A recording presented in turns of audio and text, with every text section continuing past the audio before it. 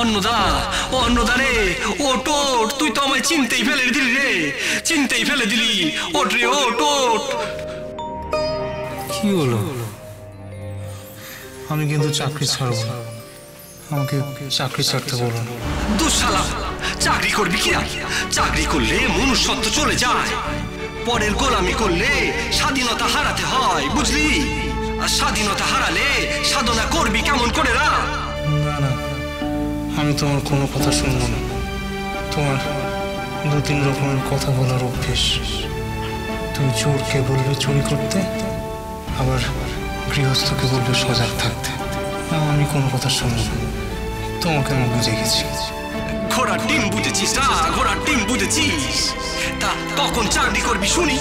মায়ের সংসারে চাকরি করতে এসেছিস, তার মাঝে আবার মানুষের হাতে চাকরি করতে যাবি কোন মুখেরা?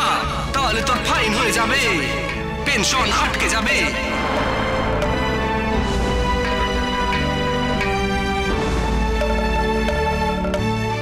কি?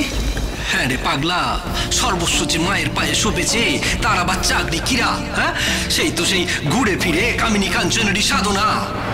বারে, তুমি তো একসময় নরেন্দ্রনাথ দত্তের জন্য নিজে চাকরি খুঁজেছিলে, তা তখন এসব কথা কোথায় ছিল? সে তো 2-4 দিনের জন্যরা। বাপ মারা যাবার পর বেটা খেপে উঠেছিল, তাই তোকেও তো প্রথম দিকে কোবরেজি ব্যবসায় মাতিয়ে দিয়েছিল। শেষ অব্দি করতে পারলি, এও পারবি নে। মিছি মিছি সময় নষ্ট, তার থেকে যা করতে বলছি শোন। কদিনের জন্য দেশে যা দেখি। দেশে মানে চট্টগ্রামে? হ্যাঁ রা, বাপ-মায়ের সাথে সাক্ষাৎ করে আয়। মনিবউ তো ভালো কথাই কইছে। বাপ মায়ের সঙ্গে সাক্ষাৎ সেরে এবারে তোরে বেইরে পড়তে হবে। কোথায় কোথায় বেরোবো ঠাকুর? পথে তিত্তে তিত্তে ঘুরতে হবে তোকে।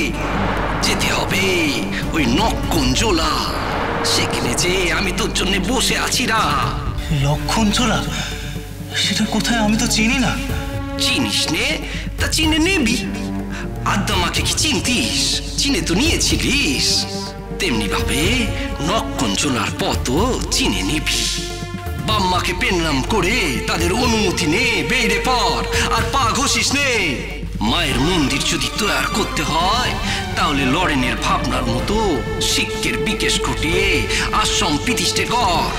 তবে তার জন্যে তোকে পথে নামতে হবে, দেশটাকে জানতে হবে, বুঝতে হবে, দেখতে হবে। বেশি দেরি করিস নে, বুঝলি? ঠাকুর, ঠাকুর। আদিশক্তি আদ্যাপি, সোম থেকে শনি সন্ধ্যে 7টায়, আকাশ 8 ও প্ল্যাটফর্ম 8-এ।